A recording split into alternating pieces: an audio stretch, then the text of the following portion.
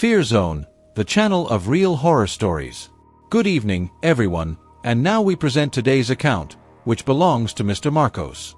This event deeply marked his life and took place in the city of Hortolândia, located in Brazil. It was the year 2004, and Marcos, then a teenager, lived in a quiet rural village with his family. The story he experienced might seem like the product of a vivid imagination, but those who have faced the inexplicable terror of crossing paths with a werewolf know that such events are far more real than one would like to believe. Marcos grew up in a simple and religious household, accompanied by his parents, who were Protestant Christians, and his older brother. The family's peaceful routine was disrupted by a strange incident. One morning, Marcos's mother asked him to go to the nearest grocery store to buy 2 bags of salt. He took the money and set out on his way. Upon reaching the store, he bought the salt, and on his way back home, he played by tossing the bags into the air as he walked. That was when he passed in front of a local bar. A man standing outside, clearly intoxicated, began watching him in an unsettling manner. The man followed him for a few meters and eventually confronted him, asking for one of the bags of salt. Marcos politely refused, explaining that his parents would be upset if he gave it away. The man insisted, but Marcos stood his ground and quickly walked away. With his heart racing, he reached home and handed the salt bags to his mother, trying to forget the incident. However, he didn't know that the encounter with the strange man from the bar, seemingly harmless, would mark the beginning of something much darker.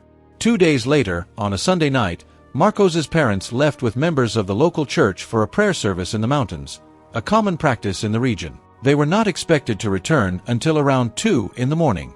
Thus, Marcos and his older brother were left alone at home. The silence of the night began to envelop the village, and the darkness seemed heavier than usual.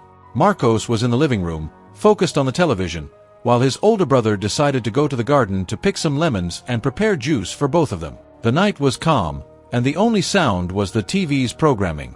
However, just a few minutes later, his brother came running back at full speed, pale-faced and gasping for air, slamming the door shut behind him. Alarmed, Marcos stood up, but when he asked why his brother was in such a rush, he was silenced by a desperate gesture, urging him to stay quiet and look out the window. When Marcos obeyed, he froze in fear at the sight of a huge, menacing creature trying to break in. He couldn't even react to close the window, paralyzed by terror.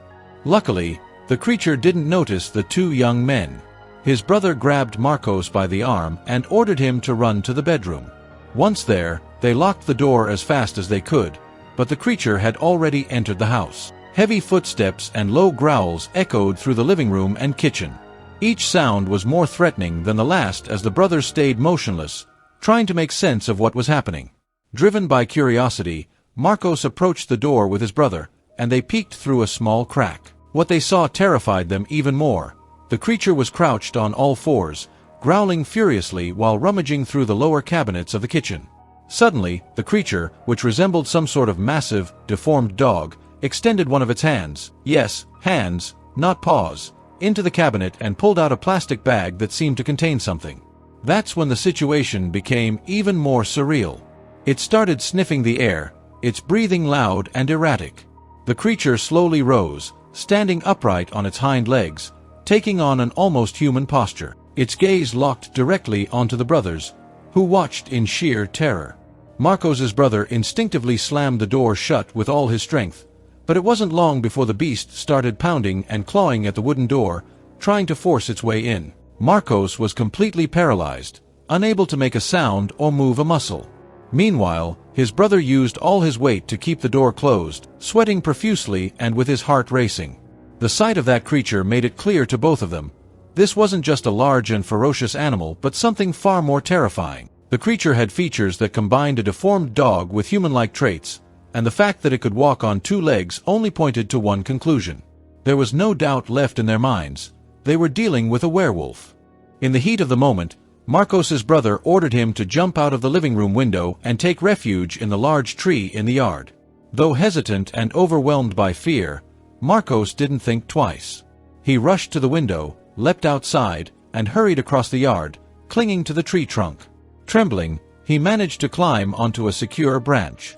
Shortly after, Marcos's brother, even more terrified, followed his lead.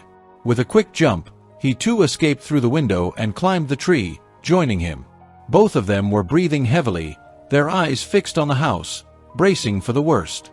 Fortunately, the werewolf didn't follow them immediately.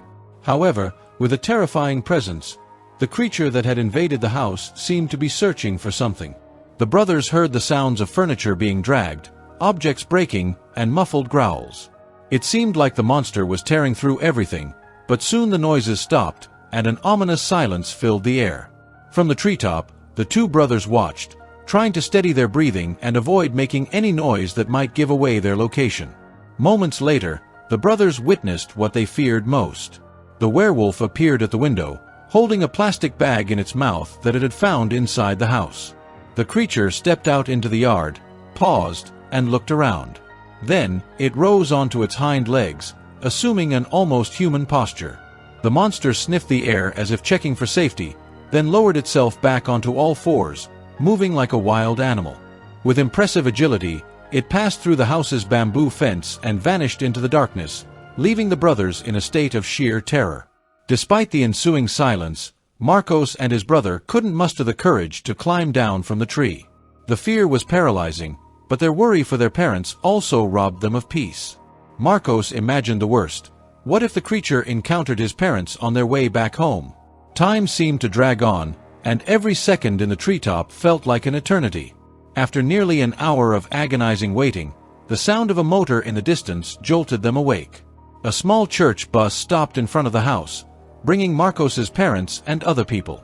As soon as the parents stepped out of the bus, they headed quickly toward the house but were stopped by the desperate cries of their sons, who climbed down the tree in a rush to warn them. Inside the house, the scene was chaotic. Overturned furniture, torn bags of rice and beans scattered across the floor, and deep marks on the walls all indicated the trail of destruction left by the creature. As the family tried to comprehend what had happened, fear still lingered in the air. Marcos knew that night would never leave his memory, as the sight of the creature and the feeling of helplessness left marks that not even time could erase. In the living room, the cabinet had fallen to the floor, and Marcos's parents had no choice but to believe his story. The door to his bedroom was completely scratched, as if something large and ferocious had tried to break in. The state of the house was terrifying, and everyone spent hours rearranging the furniture and cleaning up the damage. When they finally tried to rest, even with all the doors and windows locked, fear remained. What if the werewolf returned? The fear was palpable, and Marcos's brother said this encounter with the werewolf could have been even worse.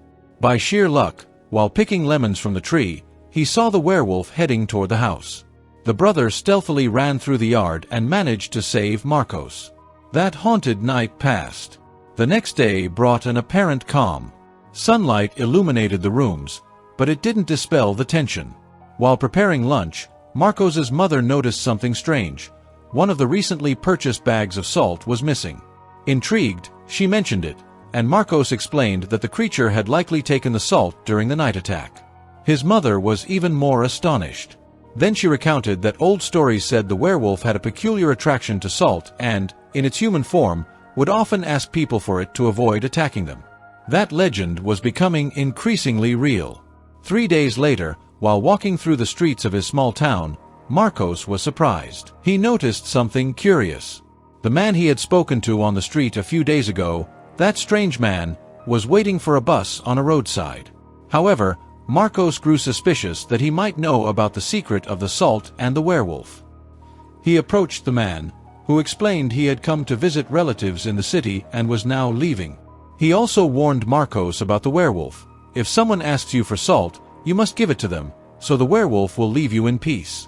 If you deny the salt, the werewolf will come to your house in its monstrous form and attack everyone until it finds what it wants. That's the rule among werewolves. After their conversation, the bus arrived at the stop. The man boarded the vehicle and left, never to be seen in the area again. Days passed, and Marcos reflected on this terrifying tale, eventually concluding that the strange man from the bar was undoubtedly the werewolf who had attacked his home at night. Over time, Marcos began to take precautions. He locked all the doors at nightfall and always kept salt nearby, fearing the werewolf's return. Yet, his thoughts occasionally drifted back to that mysterious figure, a man who, paradoxically, had revealed his secret. The story of the salt and the pact with the werewolf remained his secret, and Marcos now understood that some legends might hold a kernel of truth. And so, Marcos's story comes to an end. In Brazil, this legend of salt endures as a vivid reminder that the werewolf might be closer than we imagine. Thank you for watching the video. If you enjoyed the story, leave a like and subscribe to the channel.